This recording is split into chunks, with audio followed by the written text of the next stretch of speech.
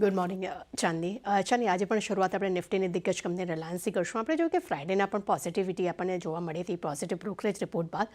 આજે સિટી તરફથી પણ આપણને અહીંયા બાય રેટિંગ્સ જોવા મળ્યા છે રિલાયન્સ માટે, અને લક્ષ્યાંક તેમને વધારીને ₹1530 પ્રતિ શેર કર્યા છે. તેમનું માનવું છે કે હવે કંપનીમાં જે અંડર પરફોર્મ જે છે તે હવે તે ખતમ થઈ રહ્યું છે. સામે રિસ્ક રેવોર્ડ જે છે તે હવે કંપનીના ખૂબ જ આકર્ષક લાગી રહ્યા છે. તે સાથે તેમણે એ પણ વાત કરી છે કે રિફાઇનિંગ માર્જિનમાં હવે સુધારો આવવાની તેઓ અપેક્ષા રાખી રહ્યા છે, અને ચીનની જે કોમ્પિટિશન જે છે તેમાં ઘટાડાને કારણે રિફાઇનિંગ માર્જિનમાં એક સુધારો જે છે તે જોવા મળી શકે છે.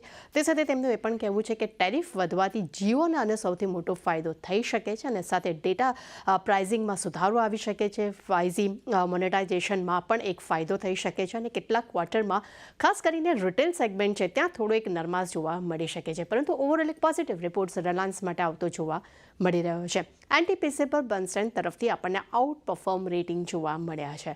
લક્ષ્યાંક તેમને ₹440 પ્રતિ શેર કર્યા છે. તેમનું માનવું છે કે પાવર માંગ વધવાનો એક ફાયદો કંપનીને થઈ શકે છે. તે સાથે જ શેર્સમાં મોટી તેજીના ટ્રિગર ભલે ઓછા છે, પરંતુ શેરમાં ઘટાડો આવવાની આશંકા તેમને ઓછી લાગી રહી છે, અને FY25માં અર્નિંગ્સ જે છે તે 16 ગણા પર શેરમાં એક ટ્રિગર જોવા મળી શકે છે, અને ખાસ કરીને EV એબિટામાં 10 ગણા પર શેર્સના જે છે ટ્રેડિંગ્સ આપણને જોવા મળી રહ્યા છે. ત્યાં SBI કાર્ડ પર મોર્ગન સ્ટેનલીના રિપોર્ટ પર નજર કરીએ. અહીંયા આપણને ઇક્વલ વેટ રેટિંગ જોવા મળ્યા છે. લક્ષ્યાંક તેમને ₹650 પ્રતિ શેર કર્યા છે. તેમનું માનવું છે કે October spending market share MON ધોરણે 15.8% પર સ્થિર જોવા મળ્યા છે. ઓબેર રિયલ્ટી પર મોર્ગન સ્ટેનલીના રિપોર્ટ પર નજર કરીએ. અહીંયા પણ આપણને ઇક્વલ વેટ રેટિંગ જોવા મળ્યા છે. લક્ષ્યાંક તેમને ₹2060 પ્રતિ શેર કર્યા છે.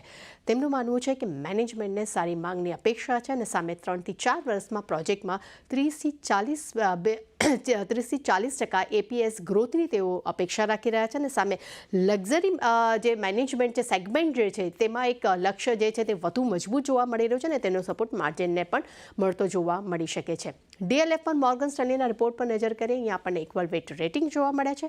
લક્ષ્યાંક તેમને ₹910 પ્રતિ શેર કર્યા છે. તેમનું માનવું છે કે પ્રી સેલ્સ 10 થી 12% CAGR વધવાની તેઓ અપેક્ષા રાખી રહ્યા છે. માર્જિન 36 થી 38% વધવાની અપેક્ષા રાખી રહ્યા છે, અને ખાસ કરીને ROE જે છે 3 થી 4 વર્ષમાં ડબલ ડિજિટ જોવા મળી શકે છે, જે હાલમાં 67% પર છે. અને છેલ્લા રિપોર્ટ પર નજર કરીએ છીએ.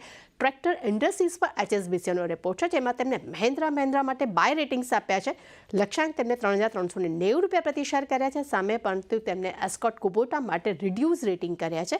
લક્ષ્યાંક તેમને ₹3180 પ્રતિ શેર કર્યા છે. તેમનું માનવું છે કે મહિન્દ્રા માટે ખાસ ફોકસ રહેશે, કારણ કે તેમના ટ્રેક્ટર વોલ્યુમ ગ્રોથમાં મજબૂતી જોવા મળી શકે છે FY25-27 દરમિયાન. અને ચાંદની, ખાસ કરીને રિલાયન્સ અને બીજા બધા જેટલા પણ બ્રોકરેજ રિપોર્ટ છે દરેક પર આજે ફોકસ રહેશે.